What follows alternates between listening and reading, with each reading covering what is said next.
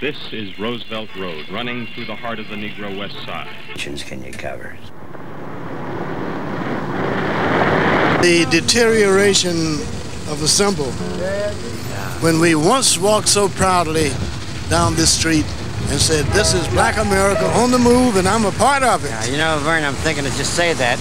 I want to go back to that once upon a time. To Chicago's 3 divisions, south, west, and north of the Chicago River. Cemetery that was set amid the original lakefront dunes.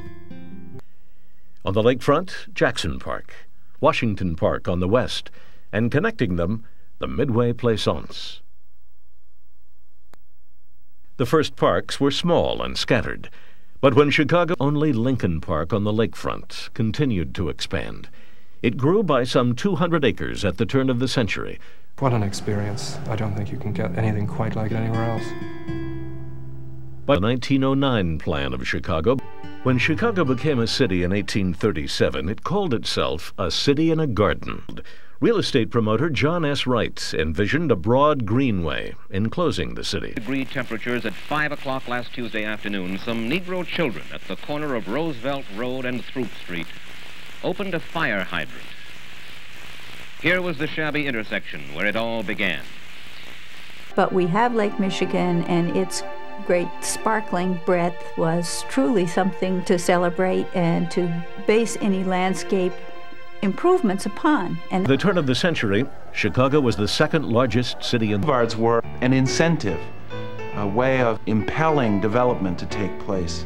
The shore of Lake Michigan was at Michigan Avenue. Next, rubble from the 1871 fire filled the lagoon. Landfill was added on the east side, and the parkland continued to expand. Yes, it's so hard to tell. Big Bill Broomsey, for my money, the finest blues singer of our time. He himself came from Mississippi originally, and then went to Arkansas and worked there as a field hand. He came to Chicago, he was about 20 years old. This became his home. I'm the only man crying, Mr. Postman. Any man for me today. Martin Luther King Drive, right here, Vern. 47th Martin Luther King Drive. The year's 1985, Vern Jarrett. What's your first thought?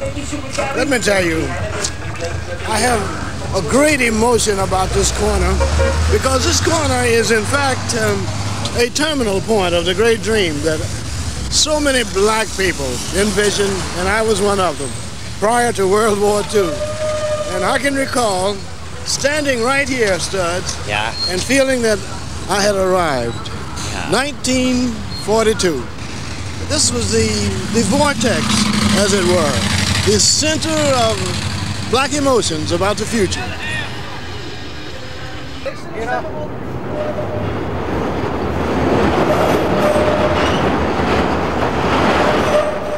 The horny-handedness, the bigness, the hugeness, steel. Where Studs has lived and worked since the age of 12.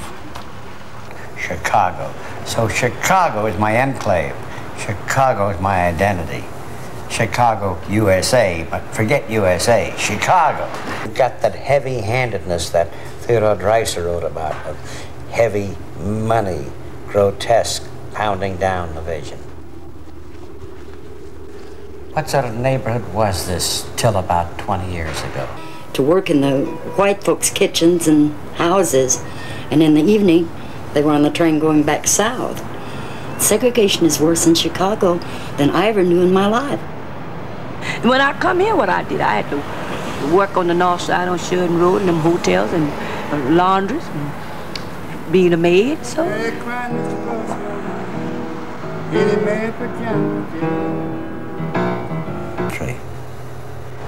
It's Chicago's sense of loss, specifically this area sense of loss, I think is represented.